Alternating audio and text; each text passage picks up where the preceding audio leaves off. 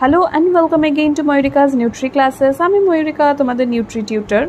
এই যে আজকে এসছি বায়োকেমিস্ট্রি সাজেশন নিয়ে। কাদের জন্য? 4th সেমিস্টার, অবশ্যই ক্যালকাটা ইউনিভার্সিটি স্টুডেন্ট যারা ফুড অ্যান্ড নিউট্রিশন নিয়ে অনার্স করছো।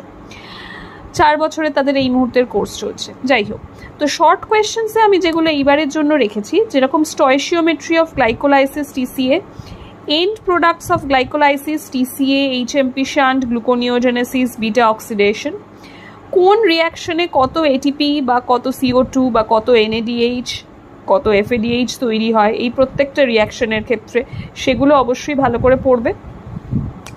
Name of inhibitors of glycolysis বা TCA, এর পাশাপাশি রেট লিমিটিং এনজাইম অনেক সময় কোয়েশ্চেন দেওয়া হয় গ্লাইকোলাইসিস এবং গ্লুকোনিওজেনেসিসের জন্য।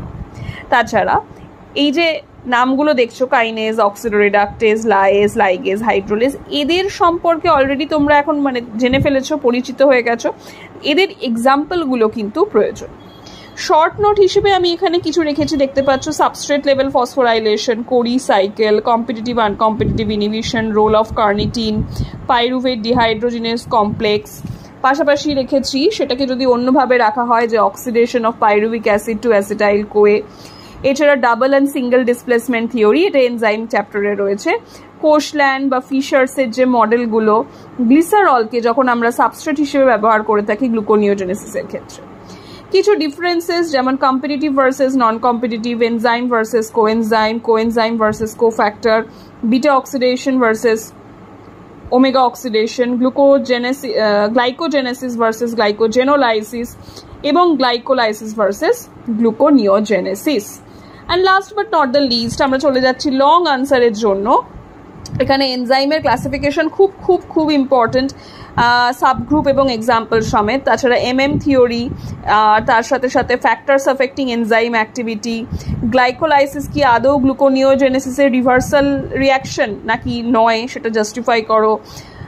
এনার্জেটিক্স, 1 মলিকিউল অফ গ্লুকোজকে যখন অক্সিডাইজ করা হচ্ছে তখন কতটা ATP তৈরি হচ্ছে, সেই এনার্জেটিক্সটা।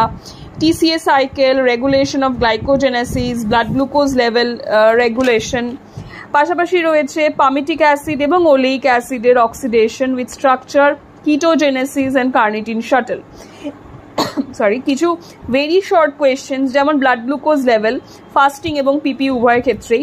কিছু ডেফিনিশনস বিভিন্ন রিয়াকশনের, enzyme, holoenzyme, apoenzyme etcetera.